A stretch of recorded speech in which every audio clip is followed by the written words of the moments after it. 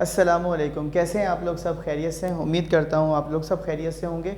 मैं भी अल्लाह सुब्हानहू व तआला के फ़ज़ल व करम से बिल्कुल खैरियत से हूँ और मैं चाहता हूँ कि आप लोग खैरियत से हों और अपनी पढ़ाई की जानिब गामज़न हो जाएं।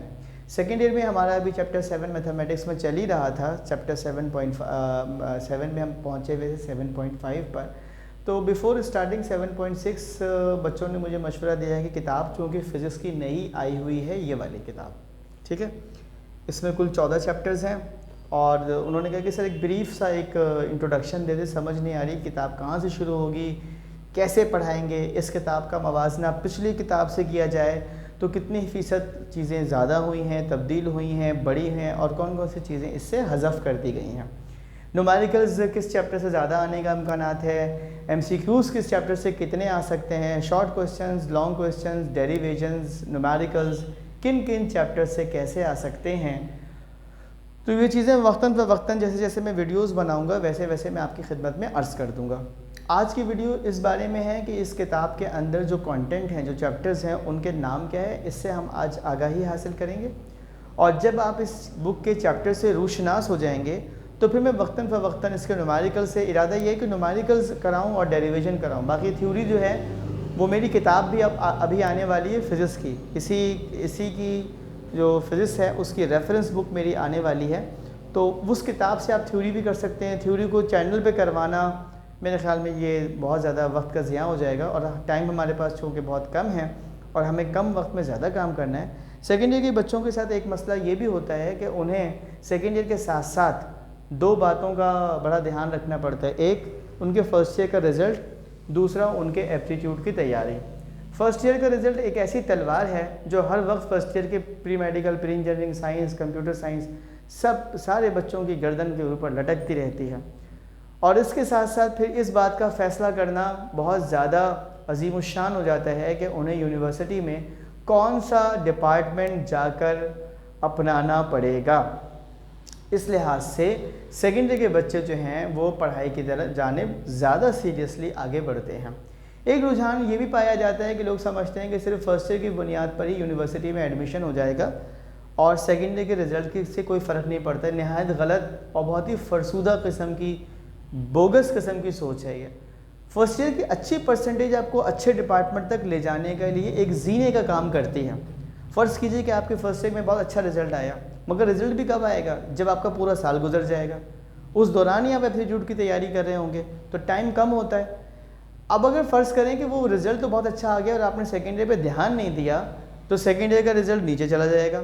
उसके बाद आपका किसी भी यूनिवर्सिटी में जो एडमिशन होगा उस एडमिशन में आपकी जो सेकेंड ईयर की परसेंटेज है या जो सेकेंड ईयर का रिज़ल्ट है वो एक प्रॉब्लम की सूरत में हायल हो सकता है। इसलिए ऐसी गलतफहमी का शिकार मत होइएगा। जैसी तैयारी, जितनी मेहनत और जितनी लगन के साथ आपने अपना फ़र्स्ट ईयर में पेपर्स दिए हैं बेटे, उतनी ही लगन के साथ, उतनी ही मेहनत के साथ अपने फ़र्स्ट ईयर को आगे बढ़ाना है। अब आ जाओ आज की वीडियो की तरफ, ठीक है। आज हम क्या करने जा रहे हैं, इस किताब में मौजूद चैप्टर्स के नाम और उनका वेटेज। वेटेज का मतलब ये है कि कितने परसेंट जो है वो पेपर्स में आ सकता है। इसमें ज़्यादा से ज़्यादा जो परसेंटेज आएगी वो इलेक्ट्रोमैग्नेटिक इंडक्शन की है 11%, उसके बाद 10% पर भी है, 9% पर भी हैं चैप्टर्स और 11% पर एक और है न्यूक्लियर फिज़िक्स। इसके बारे में बात करते हैं, ठीक है। तो जैसा कि आप देख सकते हैं पहले कॉलम में चैप्टर्स के नाम, आपकी किताब में उसको यूनिट नंबर लिखा हुआ है, यूनिट 15, 16, 17 से लेकर 28 तक। ये 14 चैप्टर्स हैं। पहला चैप्टर है मॉलिक्यूलर थ्योरी ऑफ गैसेस, 5% है इसका weightage.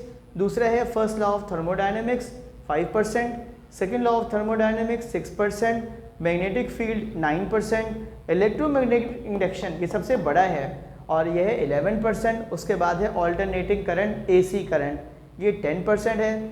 Physics of solid 7%, solid state of electronics 10%, digital electronics 2%, relativity 5%, quantum physics 9%, atomic physics 8%, nuclear physics 11% और पार्टिकल फ़िज़िक्स 2%, ठीक है।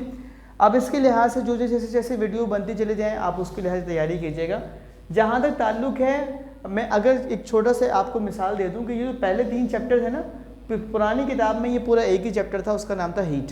तो अब इन्होंने नए बुक में क्या किया, इस चैप्टर को ब्रेक करके 3 हिस्सों में डिवाइड कर दिया, ठीक है। इसी तरीके से ये magnetic field, magnetic induction, alternating current, ये एक ही चैप्टर था, इसका नाम था 14, ठीक है। उसका चैप्टर का नाम था मैग्नेटिज्म एंड इलेक्ट्रोमैग्नेटिज्म। अब वो चैप्टर भी तोड़कर इन्होंने 3 पोर्शंस में, 3 चैप्टर्स में 18, 19 और 20 में ब्रेक कर दिया।